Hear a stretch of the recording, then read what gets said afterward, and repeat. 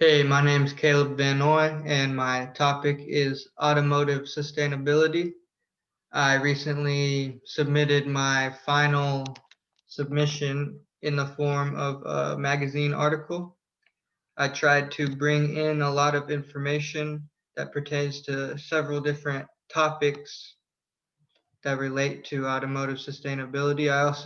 I also tried to bring in several sources from several different countries to promote the idea that sustainability needs to be adopted worldwide in the automobile industry. So, since I had several topics in my article, I chose the ones that I thought were the most important and most interesting to me to include in my presentation today.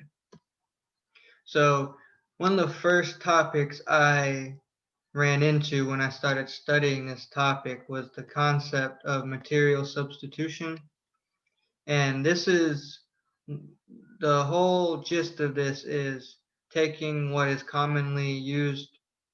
materials are commonly used to create a car and substituting them with new ones in order to achieve some type of goal that meets sustainability measures. And a lot of it this is commonly referred to as lightweighting because what you do is you take a metal in a car and you replace it with a lighter one, thus lowering the vehicle's weight, which will increase fuel efficiency.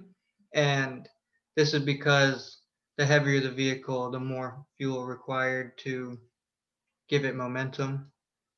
Um, Now, this concept was a little bit troublesome for me at first when researching it because I kept running into instances where people were saying that it doesn't work or that it hasn't been proven to work yet. And this is because uh, many people only think of the emissions coming from cars during their driving phase and not emissions that are let off from production of the cars. So even though lightweight resources can result in lowered fuel use and lower emissions during driving, those same lighter weight resources may use more energy and release more emissions during other phases such as production. And another thing that I ran into that is a problem with this concept is the fact that car companies do currently try to engage in lightweighting. They are replacing materials such as steel with lighter ones. But what ends up happening is they, I guess, create a design for a car. They have this intention to make it lighter weight in structure.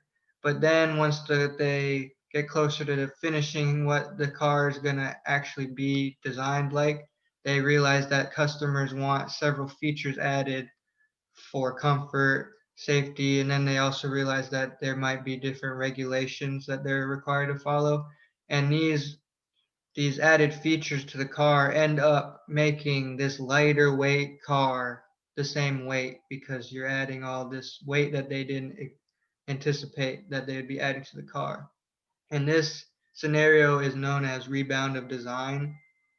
And a lot of what I've gotten from researching this subject is that there's still a lot that companies need to learn, and simply pointing out these scenarios, such as rebound of design, can help them make better decisions on this topic because we do know that lighter weight materials lower fuel efficiency or increase fuel efficiency, but they still have to figure out how to manufacture parts that can be used without raising the emissions during the production phase. So, real quick, just some examples of what they actually do use to substitute materials. It's mainly steel that they want to replace with a lighter material, and aluminum and magnesium are two metals that are lighter than steel but still provide durability. Aluminum 65% lighter and magnesium 78% lighter than steel. and these can lower the vehicle's weight without sacrificing any safety that the car would need. All right, so another topic I covered in my article is biodiesel, the use of biodiesel. Um, I believe that biodiesel is a good thing, and here's some reasons why. It promotes sustainability because it comes from a renewable source. Uh, and this is important because transportation is the third highest energy consumer and greenhouse gas producer behind industry and building, the industrial and building sectors, because of how much transportation depends on fossil fuels.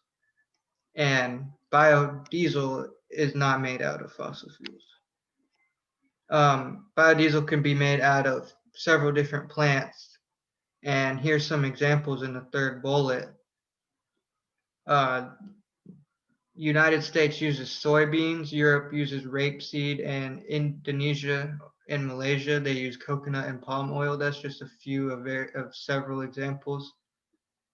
Um, One thing I like about biodiesel is if you think of it from a economics perspective, you have a source that comes from a renewable source, or a fuel that comes from a renewable source. So you know that you have a good supply of it and you won't run out. So thinking of it from an economic perspective, if we increase the use of biodiesel or biofuels in general, it will make it less scarce, which would lower its price, and that the cheap price would create an incentive for people to continue to use it, and for people to switch over to using it. The use of biodiesel is expected to rise by 60% by 2030 because of higher population, larger industry, and hopefully better standards of living. So some advantages of biodiesel, to elaborate on the last slide. Biodiesel burns cleaner than traditional gasoline. And this quote on the second bullet points out that the combustion of biodiesel reduces greenhouse gas emissions, and they suggest that it can be by 40 to 65% compared to a traditional gasoline vehicle. And compared to the last 20 years, greenhouse gas emissions of big cities with a lot of cars, their greenhouse gas emissions will be reduced by more than 20%. And another advantage of biodiesel is it's very easy to find the material to produce it. Like I said, it's made out of renewable sources, which are mainly plants. There are some other substances such as like waste materials that can be used to create it. But since it's not just a certain type of plant, it's a variety of plants. So it's very easy to find. And because of this, biodiesel can create jobs across the world. It doesn't matter what plant they're using, because you might have one plant in one country that doesn't grow in another, but that's okay with biodiesel because there's so many plants that can create biodiesel. And an example of how it can create jobs is the jatropha crop in Mexico. It's a plant, and it's recently gotten a lot of attention because local farmers are utilizing it for its biodiesel use. And this, and not just in Mexico, but anywhere where there's a large uh, portion of the country that's very rural or relies a lot on farming or agriculture, these type of people are provided with job opportunities because of biodiesel. And if they're already farmers, they can increase the profits they already have by adding just another plant that they can grow very easily. So to move on from fuel to electric vehicles, I have an example of a program from China. And the program is called the Measures for the Management of Carbon Equity for New Energy Vehicles. And this program is used to both promote electric vehicle use and a cap and trade like system. In this program, here's the quote. In the program, each car company will be allocated with an emission cap. So this is like the cap part of cap and trade. Once it is used up, the manufacturer will have to accept a fine according to the actual emissions or to purchase the quota from other car companies with surplus quota. And you can see on the bottom right, here I'll move my, so you can see the Chinese flag. On the bottom right, you can see how if you exceed the limit, you can avoid a fine by buying someone's unused carbon emissions, another company's, and that's the trade part of the cap and trade. And in this, what I've explained so far just covers the cap and trade part of this program, but not the electric vehicle use part. And so what they have done to promote electric vehicle use is they give companies that produce them more credits than ones that don't. And as we know, electric vehicles only produce emissions during production and not during driving. So what their idea is that if you allow the emissions from production to happen now, convince everyone to switch over to, not everyone, but convince a larger amount of people to switch over to electric vehicles.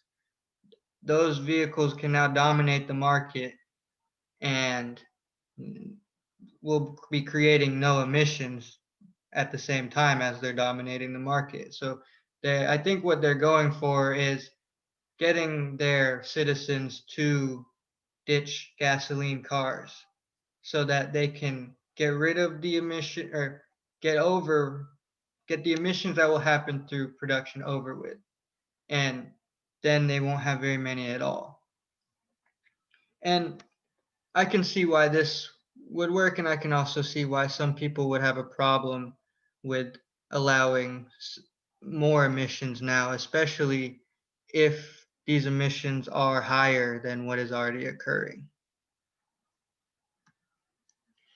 So I hope you enjoyed my presentation, and I hope I introduced some topics you might not have known about before. Here's my reference list, some of the sources I got the information from. I have more information on my article that I couldn't cover because of time constraints. And feel free to reach out to me and I will send you my article, or you can